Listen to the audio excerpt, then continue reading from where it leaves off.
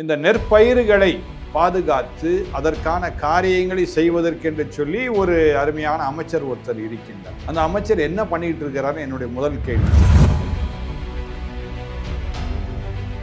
அங்க பிரிட்ஜ் கட்டுறேன், இங்க ரோடு போடுறேன், அதை போடுறேன், இதை போடுறேன், பல கோடிகள் நீங்க சொல்றீங்க. விவசாயத்திற்காக எத்தனை கோடி நீங்க செலவு பண்ணீங்க? மறுபடியும் அரசாங்கம் தாங்க. அதாவது இந்திய அரசாங்கமா இதற்கு முன்னாடி ஆண்ட அரசாங்கம். உதயநிதி ஸ்டாலினுக்கு நெல்லை பற்றி எதாவது தெரியுமா? அவர் விளையாட்டுத்துறை அமைச்சர். ஏன்னா அவர் விளையாடுவார், அவர் நல்லா விளையாட தெரியும். தமிழக அரசு ஒருவர் இறந்ததற்கு நீங்கள் சிபிஐ கேக்குறீங்க, நீங்க போயிட்டு பாஜகவோட அண்டர் கிரவுண்ட் டீலிங் போடுறீங்களா, பாஜகவோட போர்வையில ஒழிஞ்சுக்கிறாரு தாவேகா தலைவர் விஜய் அவர்களே முன் வச்சிருந்திருக்காரு இந்த கோரிக்கை. நான் சொல்ல சிபிஐ சரியில்லைன்னு. அந்த கூட்டத்துல குறிப்பாக பறக்கப்பட்ட கொடி பாத்தீங்கன்னா தாவேகாவினுடைய கொடி.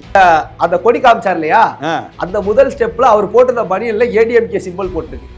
தன் கட்சிக்காரர்களே வைத்து கொடி அசைத்தார்களா?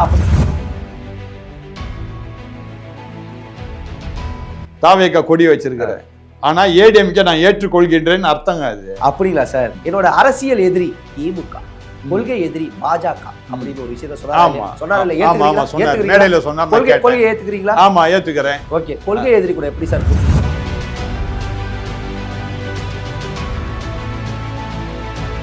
அரசியல்ல நேர் எதிரியும் கிடையாது, நேர் நண்பனும் கிடையாது. ஓகே, ஆனா சொல்லும் போது கொள்கை ஒன்று சொல்லிட்டு நீங்க கொள்கை கலைச்சிட்டு மக்கள் நடுவில் நிற்கிறாங்க.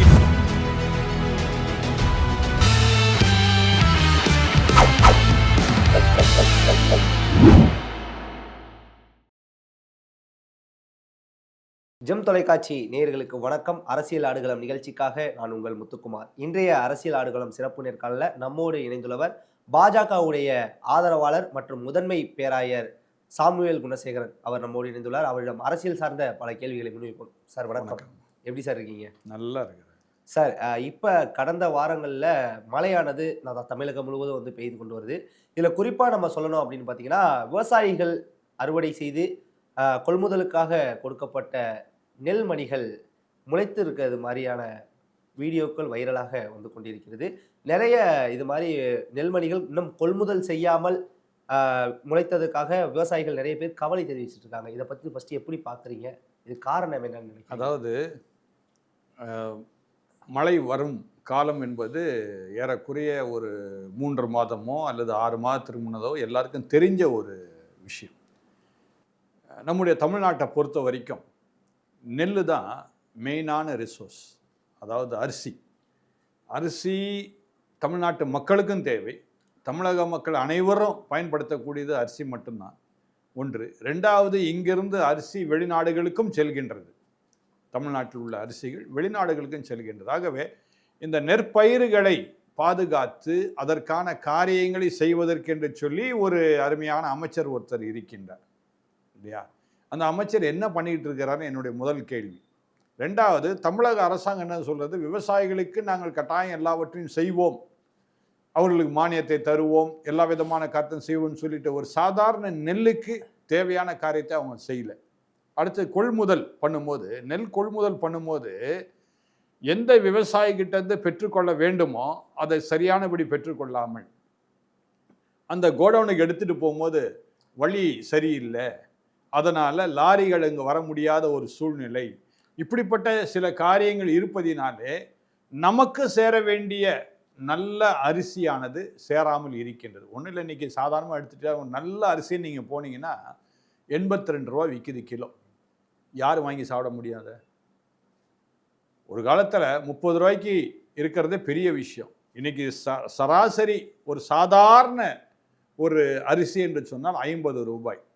50 ரூபாய் குறைஞ்சி நீங்கள் அரிசி நீங்கள் வாங்கவே முடியாது. புழுங்கல் அரிசி நான் பேசிகிட்டு இருக்கிறது, சரியா? இந்த 50 ரூபாய் குறைவான அந்த அரிசி கூட கொள்முதல் செய்ய முடியாதபடிக்கு நெற்பயிர்கள் இப்பொழுது இப்படி இருக்கின்றது. அடுத்தது மழைக்கால தொடர் ஆரம்பித்து விட்டது. ஆக மழை வந்தாலே நிச்சயமாக நெற்கதிர்கள் அது நாசமாக போகின்றது எல்லாருக்கும் தெரிந்த ஒரு விஷயம். மழை வந்தாலும் சரி, மழை இல்லாட்டாலும் தண்ணீர் இல்லாமலும் பாதி பயிர்கள் வாடியும் போகிறது. இல்லை, தண்ணீர் இல்லாமல் போகின்றதா, அதுக்கு என்ன செய்யணும்? இப்போ 4.5 வருஷம் காலம் நீங்கள் இருந்தீங்க. இப்போ என்ன ஆகுது, காவேரியில் தண்ணி வெள்ளம் புரண்டு ஓடுதுன்னு சொல்கிறாங்க. இந்த காவேரி நீரை சேமிக்கிறதுக்கு நீங்கள் என்ன பண்ணீங்க? அந்த காலத்தில் கல்லணை கட்டினாங்க, இந்த காலத்தில் நீங்கள் என்னத்தை கட்டினீங்க? ஏதேதோ பண்ணிட்டு இருக்கிறீங்க. அங்கே பிரிட்ஜு கட்டுறேன், இங்கே ரோடு போடுறேன், அதை போடுறேன், இதை போடுறேன், பல கோடிகள் நீங்கள் சொல்கிறீங்க. விவசாயத்திற்காக எத்தனை கோடி நீங்கள் செலவு பண்ணீங்க? இந்த தண்ணீரெல்லாம் எங்கேயோ வெளியே போவதற்கு பதிலாக இந்த தண்ணீரை சேமித்து இந்த விவசாயிகளுக்கு இதை ஒரு நீங்கள் பயன்படும்படியாக நீங்கள் செய்தால் எந்த காலத்திலும் மழை பெய்யாட்டா கூட அங்கே விவசாயம் செய்யப்படலாமே. அதற்கான காரியத்தை யாருமே செய்ய மாட்டீங்களே. நம்ம எடப்பாடி பழனிசாமி வீட்டில் போய் நீங்கள் நின்று பார்த்தீங்கன்னா சுற்றி வயக்காடு தான் இருக்கும். நல்ல பச்சை பசுன்னு அருமையாக இருக்கும். சரிங்களா? ஏன்னா விவசாயத்தில் அவர் விவசாயியாக இருந்தவர். இன்னைக்கு முதலமைச்சராக இருந்து இந்த தமிழ்நாட்டுக்கு சேவை செய்ய வேண்டும் என்று விரும்புகின்றார். அவர் ஏதாவது சட்டசபையில் விவசாயத்திற்காக பேசினா உடனே அவரை மட்டம் தட்டி உட்கார வச்சிடுறாங்க. இங்கே பன்னீர்செல்வம்னு ஒரு மந்திரி இருக்கிறார். அவர் தான் விவசாய அமைச்சர். என்ன பண்ணுறாரு? ஒன்றுமே செய்யலையே. ஒவ்வொரு வருஷமும் இந்த மாதிரி மழைநாள் பாதிக்கப்பட்ட விவசாயிகளுக்கு என்ன சொல்கிறார்? நாங்கள் இவ்வளோ தருவோம், அவ்வளோ தருவோம், மானியம் தருவோம், அவ்வளோ தந்துடுவோம். அது மானியம் கொடுத்து என்ன பிரயோஜனம்? நெல் கதிரெல்லாம் அழிஞ்ச பிற்பாடு மானியம் கொடுத்து என்ன பிரயோஜனம்? ஓகே சார், இப்போ நெல் அறுவடை செஞ்சாச்சு, நிறைய நெல்கள் கொள்முதல் செய்யப்பட்டு ஆலை அந்த குடோனுக்கு எடுத்துட்டு செல்ல போகிறாங்க. அங்கேயும் குடோனுக்கு எடுத்து செல்லப்பட்ட அந்த நெல்களும் முளைக்கிறது.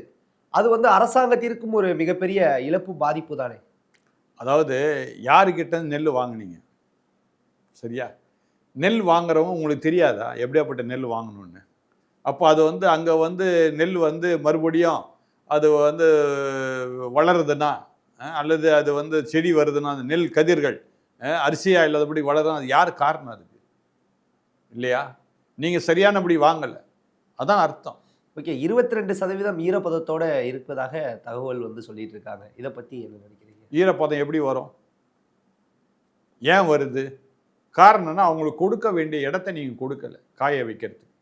நீங்கள் சில கிராமங்கள்லாம் போனீங்கன்னா ரோட்டில் தான் காய வச்சு, சாலைகளில் ரோட்டில் காய வச்சுட்டு 2 நாட்களுக்கு முன்னாடி நம்ம பார்த்த ஒரு விஷயம் என்னன்னா, சாலைகளில் காயப்பட்ட அந்த நெல் கதிர்கள் மழைக்கு அப்புறம் வந்து முளைத்து இருக்கு. அதை கண்ணால நம்ம பார்க்க முடியுது.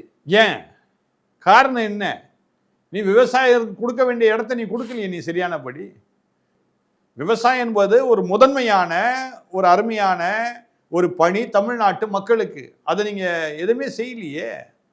தொடர்ச்சியாக ஒரு விஷயம் நம்ம சொல்லணும் அப்படின்னா, ஆட்சிகள் மாறிக்கொண்டு தான் இருக்கிறது. ஆனால் அந்த விவசாயிகளுடைய பிரச்சனை அப்படிங்கிறது இதுவரையும் மாறாமல் இருக்கிறது. இது காரணம் என்னன்னு நினைக்கிறீங்க? மறுபடியும் அரசாங்கம் தாங்க. அதாவது முந்தைய அரசாங்கமா இதற்கு முன்னாடி ஆண்ட அரசாங்கம்? முந்தைய அரசாங்கம், அதாவது அண்ணா திராவிட முன்னேற்ற கழக அரசாங்கம் இருக்கும் பொழுது இதே திராவிட முன்னேற்ற கழகத்தின் குரல்கள் எப்படி எழுப்புச்சுன்னா, நாங்கள் விவசாயிகளுக்கு கட்டாயம் முதன்மையான காரியத்தை செய்வோம், விவசாயிகள் எங்களுக்கு நீங்கள் எல்லாவற்றையும் செய்யணும்னு சொன்னாங்க. ரைட்டு, உங்களுக்கு கொடுத்தாச்சு ஆட்சியை, என்ன செய்தீங்க நீங்கள்? ஓகே, மத்திய குழு வந்து தமிழகத்துக்கு எந்த பலனும் இல்லைங்கிறீங்க? நிச்சயமாக பலன் இல்லைங்க, வேஸ்ட்டு தான். மத்திய குழு வந்து வந்தாலும் அது நடக்க போகிறது ஒன்றும் நடக்க போகிறது இல்லைங்க. மத்திய குழு, நான் மத்திய அரசாங்கத்துக்கு நான் வந்து ஆதரவாக இருக்கிற ஆள் தான். இருந்தாலும் அந்த மத்திய குழு வந்து என்ன பண்ண போகிறாங்க? பல மத்திய குழு வந்துடுச்சு. போன வருஷம் கூட வெள்ளம் வந்த சமயத்தில் மத்திய குழு வந்துச்சு. என்ன அந்த மத்திய குழு வந்தவொடனே இவங்க என்ன பண்ணாங்க? வெள்ளத்துக்கு பாதிக்கப்பட்ட இவ்வளோ கோடி கொடுங்கன்னு சொன்னாங்களே தவிர மற்றபடி இதனால் மக்களுக்கு என்ன பலன் கிடைச்சதுன்னா ஒன்றுமே இல்லை. சார், வரவு கோட்டை அப்படிங்கிற பகுதியை சேர்ந்த பெண், அதாவது இன்னும் வந்து அவரோட நெல் பறிமுதல் பண்ணி கொள்முதல் பண்ணி எடுத்து போய் முளைச்சிருச்சு அப்படிங்கிற ஒரு பொய் குற்றச்சாட்டை வைக்கிறார். அப்படிங்கிற மாதிரி அவங்க நிலத்திலேருந்து இன்னும் அந்த நெல்லானது அறுவடை செய்யலை அப்படிங்கிற ஒரு குற்றச்சாட்டை வந்து துணை முதலமைச்சர் உதயநிதி ஸ்டாலின் வந்து அவர் சொல்லியிருக்காரு. அதுக்கு அந்த பெண் வந்து சொன்ன ஒரு விஷயம் என்னன்னா, கடன் வாங்கி நான் பயிரிட்ட ஒரு விஷயம் தீபாவளிக்கு 10 நாளைக்கு முன்னாடியே அறுவடை பண்ணியாச்சு, கொள்முதல் பண்ணியாச்சு அப்படிங்கிற ஒரு விஷயத்த வந்து சொன்னாங்க. ஆனால் இவங்க சொன்னது எல்லாம் பொய் அப்படிங்கிறது மாதிரி வந்து உதயநிதி ஸ்டாலின் அவர் வந்து சொல்லியிருக்காரு. இதை பற்றி என்ன நினைக்கிறீங்க? உதயநிதி ஸ்டாலினுக்கு நெல்லை பற்றி எதாவது தெரியுமா? அவர் விளையாட்டுத்துறை அமைச்சர். ஏன்னா அவர் விளையாடுவார், அவர் நல்லா விளையாட தெரியும். சினிமா துறையில் நெல்லுக்கும் அவருக்கு என்ன சம்மந்தம் இருக்குது? அப்போ இந்த அம்மா சொன்னது உண்மையா, அவர் சொல்கிறது உண்மையா? அதாவது எனக்கு தெரிஞ்ச சப்ஜெக்டை தான் நான் பேசணும், தெரியாத சப்ஜெக்டை பேசி பிரயோஜனமே கிடையாது. இந்த அம்மா விவசாயி, சரியா? தன்னுடைய இடத்துல என்ன பயிரிட்டுருக்க அவங்களுக்கு தான் தெரியும். அவங்க புதுசாக இப்போ ஒன்றும் புதுசாக பயிரிடலை, குழந்தையிலேருந்து அந்த அனுபவத்தில் இருந்திருப்பாங்க. அவங்களுக்கு தெரியும் நெல்லுடைய தன்மை என்னன்னு அவங்களுக்கு தெரியும். ஆனால் இன்றைக்கி புதுசாக நான் துணை முதலமைச்சர் ஆகிட்டேன்றதுக்காக உங்கள் வாயில் எதுவானா நீங்கள் சொல்லுவீங்க, அதை மக்கள் நம்பணும். பாவம் ஒரு விவசாயியுடைய ஒரு உயிரை பறிக்கிற மாதிரி தான் இதுக்கு அர்த்தம். அவங்க உயிர் விட்டு இந்த நெல் கொள்முதல் செய்து எல்லாவற்றையும் செய்கிறாங்க. அந்த அம்மா அழுது, நான் அந்த பேட்டியை நான் பார்த்தேன், அந்த காணொலியை நான் பார்த்தேன். என்ன அந்த அம்மா அழுது, இவர் பொய் சொல்கிறாருன்னு அழுது. அப்போது ஒரு விவசாயியே நீங்கள் வந்து நசுக்கிறீங்க, விவசாயியோட வாழ்வாதாரத்தை கெடுக்கிறீங்க. நீங்கள் உங்களுக்கு நெல்லை பற்றியே தெரியாது. ஒன்றும் இல்லை, உதயநிதிட்ட போயிட்டு எத்தனை ரகமான அரிசி இருக்குன்னு கேள்வி கேளுங்க. அவர் சொல்லிட்டாருன்னா நான் இந்த அங்கேயே நான் போடல. நான் இப்போ சொன்ன பிற்பாடு ஒரு படிச்சுட்டு வேணா சொல்லலாம். மற்றபடி அவருக்கு அரிசியை பற்றி ஒன்றுமே தெரியாது. எந்த அரிசி நல்ல அரிசி, ஒவ்வொரு அரிசியை எத்தனை காலங்கள் விளைவிக்க வேண்டும். சில அரிசியெல்லாம் 8 மாதம் போட்டால் தான் நல்லா இருக்கும். சில அரிசி 3 மாதத்தில் விளைவிக்கிறாங்க. ஆனால் 3 மாதத்துடைய அரிசியும் 8 மாதம் அரிசியும் வித்தியாசம் இருக்குது. அந்த காலத்தில் ஆற்காடு கிச்சிலின்னு ஒரு அரிசி சொல்லுவாங்க. 9 மாதம் விளைவிக்கணும். அது 9 மாதம் அது விளைச்சலில் இருந்தால் அதுக்கு பிற்பாடு தான் அந்த அறுவடை செய்யணும். 9 மாதம் கழிஞ்சு இந்த இருக்கிற அந்த 9 மாதத்தில் விவசாயி எங்கே சாப்பாடுக்கு போவாங்க? அதனால் இப்போ அந்த ரகத்தையே போடுறதே கிடையாது. ஆற்காடு கிச்சிலி கிடைக்கிறதே கிடையாது. 3 மாதத்துக்குரியது தான் இப்போ செய்கிறாங்க. அப்போது நான் வந்து ஆன்மீகத்தில் இருக்கிறவன், எனக்கு இந்த அரிசியை பற்றி எனக்கு தெரியுது. அப்போது ஒரு அமைச்சராக இருக்கின்றவர், ஒரு துணை முதலமைச்சராக இருக்கின்றவர், நாட்டு நடப்பை பற்றி உனக்கு தெரியலன்னா என்ன அர்த்தம்? வாய்க்கு வந்த மாதிரி பேசிடக்கூடாது. என்ன பாவம் அந்த அம்மா வெயிலையும் மழையில நின்று எவ்வளோ கஷ்டப்பட்டிருப்பாங்க. அந்த அம்மா வேதனையோட அழுது. அப்போது இந்த தமிழக மக்களை வேதனைக்குள்ளாக்கி கண்ணீரின் பாதையில் செல்லும்படியாக இருக்கிறவர் அமைச்சராக. அவர் சிந்திச்சு பார்க்கணும். அதெல்லாம் என்ன 2026 நிச்சயமா ஜெயிப்பன்னு மட்டும் நினைச்சிடாதீங்க. நிச்சயமா ஜெயிக்க மாட்டீங்க. இல்லை, 200 தொகுதிகளுக்கு மேலே 210 தொகுதிகளுக்கு மேலே திமுக வெற்றி பெறும் அப்படின்னு சொல்லிட்டு முதல்வரும் சரி துணை முதல்வரும் சரி பிரச்சாரங்கள்ல சொல்லிக்கிட்டு தான் வராங்க. ஏங்க சொல்லிக்கிட்டே இருக்க வேண்டியதுதான், சொல்லிக்கிட்டே இருக்க வேண்டியதுதான். நான் அதான் சொல்லிக்கிட்டே இருக்கிறேன். மக்களை பார்த்து நான் சொல்ற விஷயம் என்னன்னா, இந்த ஆட்சி உங்களுக்கு என்ன செய்துச்சு நல்லா சிந்திச்சு பாருங்க. ஆனால் இதே ஆட்சியில் இந்த 4.5 வருஷத்தில் அவங்க எவ்வளோ பணம் சம்பாதிச்சிருக்கிறாங்க சொல்ல முடியுமா? நான் சொல்கிறேன், வெள்ள நிவாரணத்துக்கு கொடுக்கப்பட்ட வெள்ள வருவதற்குள்ள இந்த வடிகால் வாரியம் அமைப்பதற்காக 4000 கோடி கொடுக்கப்பட்டது. என்ன செய்தீங்க? சென்னை ஃபுல்லாக நிறைய இடத்துல வேலை நடந்திருக்கு அப்படிங்கிற ஒரு விஷயத்த வந்து சொல்லியிருக்காங்க இல்லையா? தமிழ் வேலை நடந்திருக்குங்க, நான் இல்லைன்னு சொல்ல. இப்போ நம்ம உட்கார்ந்துருக்கிறோம், வெளியே கூட வேலை நடந்திருக்குது. தண்ணி ஓடுதாங்க, தண்ணி ஓடணுமே. அது உள்ள அந்த கால்வாய் உள்ள தண்ணியே ஓடலையே. ஓடாத இடத்துல நீங்கள் வேலையை முடிச்சு விட்டு நான் கணக்கு காமிச்சேன்னு அர்த்தம். எங்கே தண்ணீர் ஓடும் பாதை இருக்கின்றதோ அங்கே தானே வேலை நடக்கணும். அங்கெல்லாம் வேலை நடக்காமல் இருக்குது. அப்போ அதனால தானே வெள்ளம் வருது. அப்போ ஏன் வெள்ளம் வந்துச்சு? ஏன் ரோட்டில் தண்ணி ஓடுது? அடிக்கடி வெளிநாடுக்கு போயிட்டு வராங்கல்ல, அங்கே பார்த்துருப்பாங்கல்ல எப்படி போட்டிருக்கிறாங்க. குறிப்பாக சொல்லணும்னா இந்த மழை காலங்களில் வட சென்னை பகுதியெல்லாம் வந்து பார்த்தீங்கன்னா இந்த 2 நாட்கள் பெய்த மழையில் கூட குறிப்பாக சொல்லணும் அப்படின்னா சூளை பட்டாளம் இந்த பகுதிகளெல்லாம் மழைநீர் தேங்கி இருக்கு. 2 நாட்களுக்கு முன்னாடி சாலையில் பள்ளம் விழுந்ததாக ஒரு செய்தி வந்துருந்துச்சு. ஆமாங்க, அதை தான் சொல்கிறேன். வியாசர்பாடி போகிறதுக்கு முன்னாடி, அந்த மூலக்கடைக்கு போகிறதுக்கு முன்னாடி அந்த பட்டாளம் அந்த ஏரியா முழுக்க நீங்கள் என்ன 2 நாள் மழைக்கு போயிட்டீங்க. 1 நாள் மழை பெஞ்சாலே போதுங்க, பாதி பஸ்ஸு நிறைஞ்சிரும். விடுங்களா? பாதி கார் நிறைஞ்சிரும். அப்போ மக்கள் இடுப்பு வரைக்கும் தண்ணி போயிட்டு இருக்குது. என்ன பண்ணீங்க நீங்கள்? உங்கள் ஏரியா தான் கேட்டால் எல்லா அமைச்சரும் அங்கே தான் இருக்கிறேன்னு சொல்கிறாங்க இல்லையா? அதை தாண்டி தான் அருமையான முதலமைச்சர் பகுதிக்கும் போய் ஆகணும், குளத்தூர் தொகுதிக்கும் போய் ஆகணும், நிறைய தொகுதி அங்கே போய் ஆகணும். என்ன பண்ணியிருக்கிறீங்க? அதே மாதிரி தென் சென்னை ஆலந்தூர் பகுதி, ஆலந்தூர் பகுதியில் முழுக்க முழுக்க வேளச்சேரி வரைக்கும் வெறும் வெள்ளக்காடாக தான் இருக்குது. 1 நாள் மழையில் வெள்ளக்காடு ஆகுது. காரணம் என்ன? இந்த 4000 கோடி என்ன பண்ணீங்க? கால்வாய் நீங்கள் கட்டியிருந்தா தண்ணி அதுக்குள்ளே தானே ஓடி இருக்கணும். ஏன் ஓடலை? கால்வாய்க்குள்ளே தான் தண்ணி ஓடணும். அதுக்கு தானே கால்வாய் கட்ட சொல்லி உங்களுக்கு 4000 கோடி கொடுத்தாங்க. வேற எதுக்கு கொடுத்தாங்க? ஏன் செய்ய மாட்டீங்க? வருஷம் இதை பேசுகிறோம். இந்த எருமாட்டு மேலே பெஞ்ச மழைன்னு சொல்லுவாங்க. ஆனால் இப்போ கூட எருமாடு கொஞ்சம் சிலுக்குது மழை பெஞ்சா. இது அதை விட கேவலமாக இருக்குது. கரூர் துயர சம்பவம் 41 பேர் உயிரிழந்தனர். இந்த சம்பவத்தை பற்றி என்ன நினைக்கிறீங்க ஃபர்ஸ்ட் நீங்க? அதாவது இது ஒரு நடக்கக்கூடாத ஒரு சம்பவம் நடந்து விட்டது, சரியா? அதில் அநேக மக்கள் பாதிக்கப்பட்டுட்டாங்க. நான் மீண்டும் மீண்டும் அந்த நீங்கள் கரூர் சம்பவத்தை கேட்கும் பொழுதெல்லாம் அந்த 50 குடும்பத்தை கொஞ்சம் சிந்திச்சு பார்க்குறேன். பாவம், பச்சிலம் குழந்தை 1.5 வயது அதை தான் சொல்ல வரேன் நான்.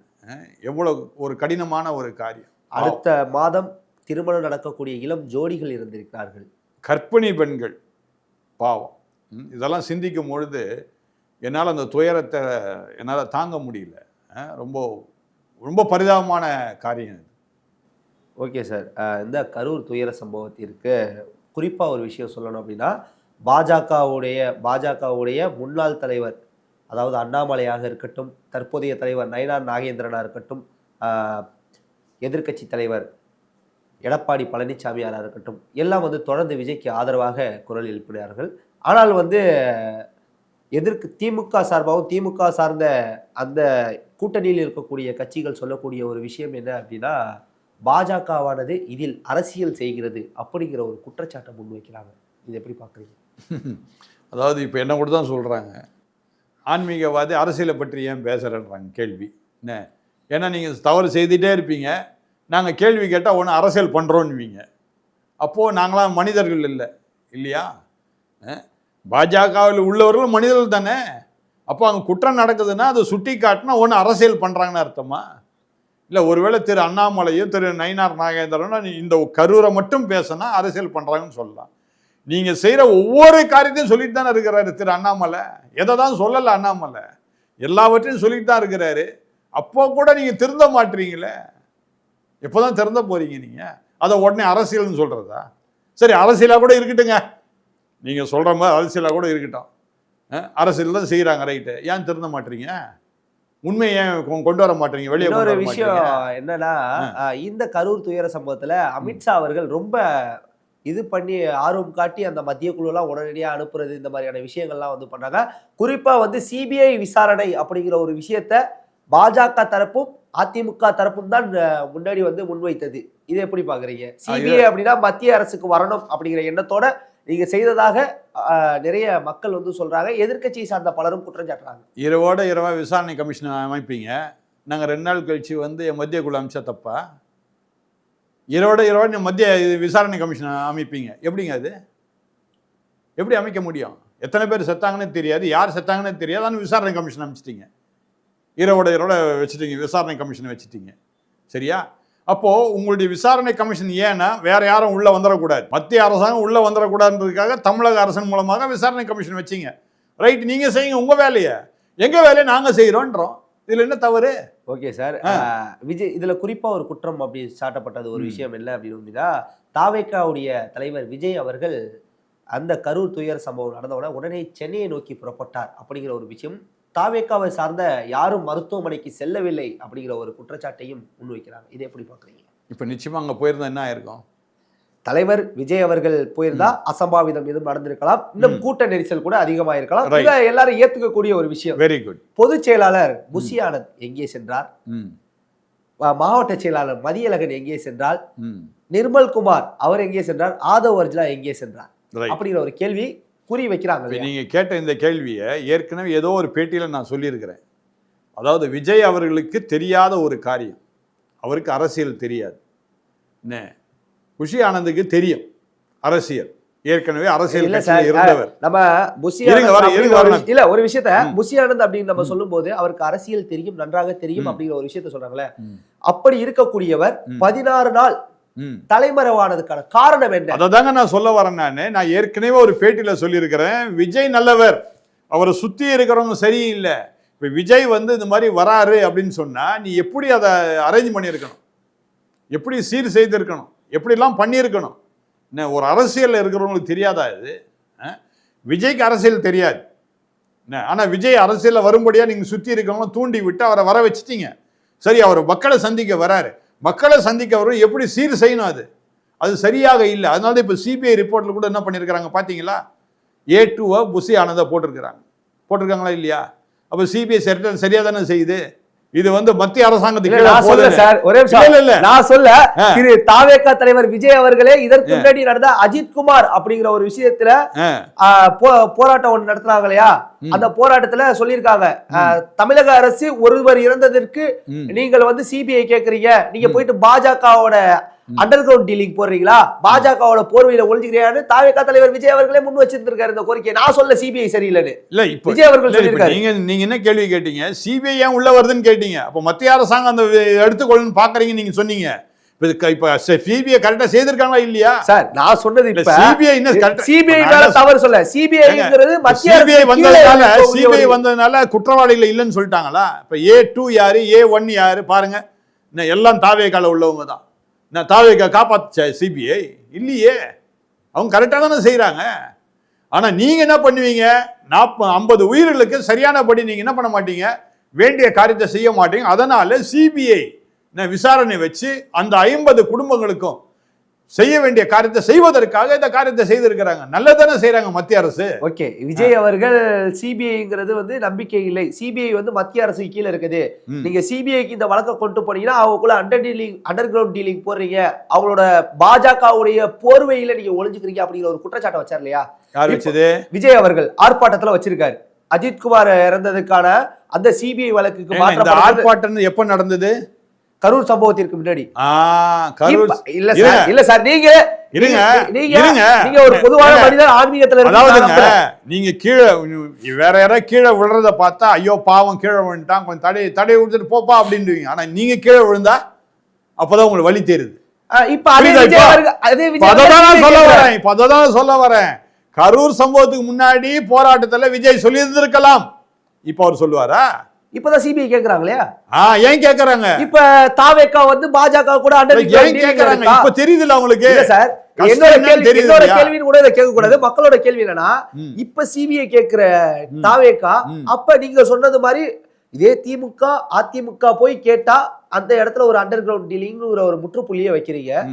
இப்ப நீங்க வந்து சிபிஐ நாடி இருக்கீங்க, நீங்க வந்து பாஜக கூட ஏற்கனவே சொன்ன அருமையான தம்பி ஜோசப் விஜய்க்கு அரசியல் அனுபவம் கிடையாது. நான் இதுதான் திரும்ப திரும்ப சொல்லிட்டே இருக்கிறேன். தம்பி ஜோசப் விஜய்க்கு அரசியல் அனுபவம் கிடையாது. அரசியல் வந்துட்டா இப்ப என்ன மாதிரி ஆட்களை கூப்பிட்டு நீ ஆலோசனை பெற்றுக்கொள்ளணும். அதை விட்டுட்டு உன்னை வச்சு சம்பாதிக்கணும்னு நினைக்கிறவங்க. ஆலோசனை நடத்தினார் சார். 34 மணி நேரம் பனையூர் வீட்டுல இருந்த விஜய் அவர்கள் பட்டினம்பாக்கம் வீடு வரைக்கும் சென்று ஆடிட்டர் குருமூர்த்தியை சந்திச்சதா ஒரு தகவல் சொல்லியிருக்காங்க இல்லையா? தகவல் சொன்னாங்க, நீங்க பாத்தீங்களா? சொல்லியிருக்காங்க இல்லையா? என்ன பேசுனாங்க பாத்தீங்களா? நீங்க எதுக்கு போனார் நீங்க பாத்தீங்களா? இது எப்படிங்க நீங்கள் நானும் சந்திச்சா வேற அரசியல் மட்டும் தான் பேசுவோமா? வேற எதுவும் பேசலையா? கொஞ்ச நேரத்துக்கு முன்னாடி வேற எதுவும் பேசல நம்ம. அதனால ஏதோ அரசியல் பேசணும் நீங்க நினைச்சிட கூடாது. இந்த சம்பவத்திற்கு பிறகு குருமூர்த்தியை சந்தித்திருக்கிறார். இதே திரு குருமூர்த்தியை நான் போய் சந்திச்சா நீங்களாம் சொல்லுவீங்க பொழுது, அரசியலுக்காக இவர் பிஜேபியில உள்ள வரதுக்காக திரு குருமூர்த்தி போய் சந்திச்சாருன்னு சொல்லுவீங்க. இந்த சம்பவத்திற்கு பிறகு வந்து சந்திச்சிருக்கிறார்.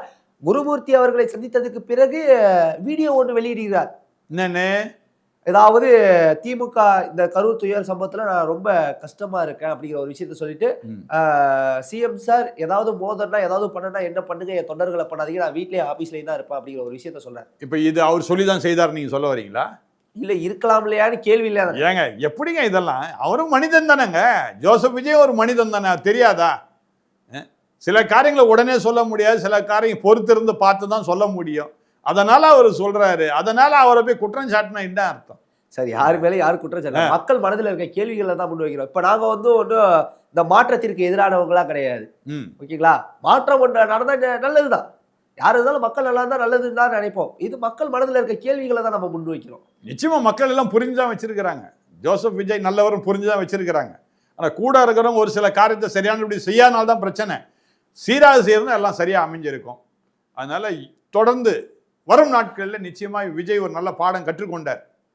இப்ப அந்த ஆலோசனையில் தான் அவர் இருக்கிறார். இப்போ சம்பவத்திற்கு பிறகு அதிமுகவுடைய பொதுச் செயலாளர் எடப்பாடி பழனிசாமி அவர்கள் மக்கள் சந்திப்பு நிகழ்ச்சி பிரச்சாரங்களை வந்து மேற்கொள்கிறார். இந்த பயணத்துல குறிப்பா சொல்லணும்னா அதிமுக தலைமையில ஒரு மெகா கூட்டணி அமையும் அப்படிங்கிற ஒரு விஷயத்த வந்து சொல்லியிருக்காரு. அப்போ வந்து தாவேகாவுடைய கொடிகள் அங்க பறக்கப்படுது. கொடி பறக்குதா, கூட்டணி இதை புள்ளியார் சொல்லி போட்டதா வச்சுக்கோங்க அப்படிங்கிற ஒரு விஷயத்த வந்து சொல்றீங்க. தாவேகாவை பாஜக கூட இணைக்கிறதுக்கான விஷயம் எதுவும் நடக்குதா? அது இப்பதான் நீங்க சொன்னீங்க மெகா கூட்டணி இருக்குது. அருமையான சகோதரன் எடப்பாடி பழனிசாமி சொல்றாரு, நீங்களே சொன்னீங்க. அதான் அப்ப தாவேக்காவே இவருங்க மெகா கூட்டணின்னு சொல்லும் போது இப்ப நான் சில காரியத்துல சொன்னா நீங்களே ஆச்சரியப்படுவீங்க. மெகா கூட்டணி தாவேக்கா மட்டும் இல்ல, பிஜேபி இருக்குது. சொல்ல போனா இன்னும் எதிர்காலத்தில் விடுதலை சிறுத்தை வந்து சேர்ந்தாலும் சேர்ந்துடலாம். அருமையான அன்புமணி ராமதாஸ் ஏற்கனவே இருக்கிறாரு. டிடிவி தினகரன் வந்து சேருவாரு. என்ன அடுத்தது சொல்ல முடியாது, நம்ம விஜயகாந்த் கட்சி அது வந்து இதுல வந்து சேரும். இப்படி ஒரு மெகா கூட்டணி அமையலாம் இல்லையா? ஏன் கம்யூனிஸ்ட் கட்சி வந்து சேரும். அந்த கூட்டத்துல குறிப்பா பறக்கப்பட்ட கொடி வந்து பாத்தீங்கன்னா தாவேக்காவினுடைய கொடி. இது முதல் ஸ்டெப். முதல் ஸ்டெப் அந்த கொடி காமிச்சார் இல்லையா, அந்த முதல் ஸ்டெப்ல அவர் போட்டிருந்த பனியன்ல ஏடிஎம்கே சிம்பிள் போட்டிருக்கு. தன் கட்சிக்காரர்களே வைத்து கொடி அசைத்தார்களா அப்படிங்கிற ஒரு விஷயத்தை. அப்படி கிடையாதுங்க. இப்ப என்ன சொல்றாங்க, கையில் என்ன வச்சிருக்கிறேன், தாவேக்கா கொடி வச்சிருக்கிறேன், ஆனா ஏடிஎம்கே நான் ஏற்றுக்கொள்கின்றேன்னு அர்த்தங்க அது. அப்படிங்களா சார்? ஆமா, அது உங்களுக்கு புரியல, நான் என்ன பண்றது சார்? எனக்கு ஒரு சந்தேகம் சார். விஜய் அவர்கள் கட்சி ஆரம்பிக்கும் போது என்னோட அரசியல் எதிரி திமுக, கொள்கை எதிரி பாஜக அப்படின்னு ஒரு விஷயத்த சொன்னாரு. கொள்கை ஏத்துக்கிறீங்களா? ஆமா, ஏத்துக்கிறேன். ஓகே, கொள்கை எதிரி கூட எப்படி சார் கூட்டணியில வருவாங்க? இப்ப நான் சொல்ல வரேன், ஏன் இதெல்லாம் கரூர் சம்பவத்துக்கு முன்னாடி நடந்த விஷயம். மறுபடியும் அதுதான் நான் சொல்ல வரேன். பாவம் தம்பி ஜோசப் விஜய்க்கு அரசியல் அனுபவம் கிடையாது. அடுத்தது இன்னொரு விஷயம் சொல்றேன், அரசியல்ல நேர் எதிரியும் கிடையாது, நேர் நண்பனும் கிடையாது. ஓகே, ஆனா சொல்லும் போது கொள்கை ஒன்று சொல்லிட்டு நீங்க கொள்கை கலைச்சிட்டு மக்கள் வந்து நடுவில். நீங்க நல்லா பாத்தீங்கன்னா, இதே இன்னைக்கு திராவிட முன்னேற்ற கழகத்தில் இருக்கிற அமைச்சர் செந்தில் பாலாஜி போன முறை அண்ணா திராவிட முன்னேற்ற கழகத்தில் இருந்தாரு. அப்போ இதே தளபதி மு.க. ஸ்டாலினை எப்படிலாம் திட்டினாரு. அதே செந்தில் பாலாஜி அதே கரூர் சார்ந்தவர் பண்றாரு, அண்ணா திராவிட முன்னேற்ற திட்டுறாரு. இதே இல்ல சார், அரசியல் மாண்புமிகு முதலமைச்சரே சொல்லலாம். அதிமுகவுல வந்து செந்தில் பாலாஜி அவர்கள் இருக்கும்போது வந்து கரூர்ல பேசியிருக்காரு, இவரெல்லாம் ஒரு அமைச்சரா, போக்குவரத்து துறையில இவ்வளவு ஊழல் பண்ணியிருக்காரு அப்படிங்கிற ஒரு விஷயம் சொன்னார். அவர் போட்ட கேஸுக்கு தான் இப்ப உள்ள போயிட்டு வந்தாரு, அடுத்த விஷயம். ஆமா, ஓகேங்களா? இப்ப அதே கரூர்ல நடந்த முப்பெரும் விழால செயல் வீரர் செந்தில் பாலாஜி கேட்டீங்களா இல்லையா? சொல்லுங்க. செயல் வீரர் தானே. செயல் வீரர் இப்ப பேசியிருக்காங்க இல்லையா? ஆமா, செயல் வீரர் தானே அவரு. அதான் செய்து காமிச்சார்ல கரூர்ல அழகா. உன் ஊர்ல ஒரு சம்பவம் நடக்குதுன்னா நீ தானே பாதுகாப்பு கொடுக்கணும். யார் வந்தாலும் போனாலும் உன் மேலதான் பழி விழும். ஓ, உங்க ஸ்டுடியோக்குள்ள நான் வந்திருக்கிறேங்க, உங்க இடத்துக்கு நான் வந்திருக்கிறேன், எனக்கு ஏதாவது அசம்பாவிதம் நடந்தா யார் பொறுப்பு? இன்வைட் பண்ண நாங்க தான் பொறுப்பு. நீங்க தான் பொறுப்பு. அது உங்க ஊருக்குள்ள, உங்க ஊருக்குள்ள நான் வந்திருக்கிறேங்க. கரூர் உங்க கோட்டை. உங்க ஊருக்குள்ள வந்து எனக்கு ஏதாவது பாதகம் ஏற்பட்டா யார் தான் செய்திருக்கணும்? அது முடிஞ்சு போச்சு கதைங்க. இருக்குது ஆன்சர். இல்ல சார், அந்த இது வந்து செந்தில் பாலாஜி மட்டுமா இல்ல திமுகவோட கோட்டை மட்டுமா இல்ல அதிமுக ஆள் இல்லையா, பாஜக ஆள் இல்லையா, அந்த தொண்டர்கள் இல்லையா? கரூர்ல வந்து அதிமுக பாஜக செயல் வீரர் நீங்க தான் சொன்னீங்க சார். முதலமைச்சர் சொல்லியிருக்காரு. அதான் நான் சொல்றேன். இப்ப நீங்க சொன்னதா நான் சொல்றேன். முதலமைச்சர் சொன்னா நீங்க சொல்றீங்க, அதுதான் நான் சொல்றேன். அப்ப செயல் கரெக்டா பண்ணிட்டாருல்ல செயல் வீரரு, அது அவங்க முதலமைச்சரே சொல்லிட்டாருல்ல. அப்ப இதுல நீங்க புரிஞ்சுக்க வேண்டியதுதான். இது இப்ப நம்மளே சிபிஐ விசாரணை முடிச்ச மாதிரி தெரியுது. ஓகே சார், குறிப்பா ஒரு விஷயம் கேட்கணும்னா, இந்த கரூர் துயர சம்பவத்திற்கு பிறகு விஜய் அவர்களோட அரசியல் எதிர்காலம் பாதிக்குமா? நிச்சயமா பாதிக்காது, நிச்சயமா பாதிக்காது. அதாவது எங்க பைபிள்ல ஒரு வசனம் ஒன்று இருக்குது, கோதுமை மணி நிலத்தில் விழுந்து சாகாவிட்டால் தனித்து இருக்கும், செத்ததையாகில் மிகுந்த பலனை தரும். 41 உயிர் போயிருக்குது. இந்த 41 உயிரும் இன்னைக்கு என்ன சொல்லணும்னா, விஜய் நல்லவர், அதனால நீங்க 41 லட்சம் பேரும் அவருக்கு வாக்கு கொடுங்கன்னு சொல்லும் அந்த உயிர். அது உங்களுக்கு எதிராக தனிச்சு விஜய் நின்னா ஜெயிக்க முடியுமா, இல்ல கூட்டணியோட தான் விஜய் அவர்கள் ஜெயிக்க முடியுமா? அவர் கூட்டணியில் இருந்தாலும் சரி இல்லாவிட்டாலும் சரி, அவருக்குன்னு ஒரு தனி வாக்காளர் இருக்கிறாங்க. ஓகே, நீங்க குறிப்பா ஒரு விஷயம் சொன்னீங்க, டிடிவி தினகரன் அவர்கள் வந்து உங்க பாஜக அதிமுக கூட்டணியில் இணைய போவதாக ஒரு தகவல் சொன்னீங்க.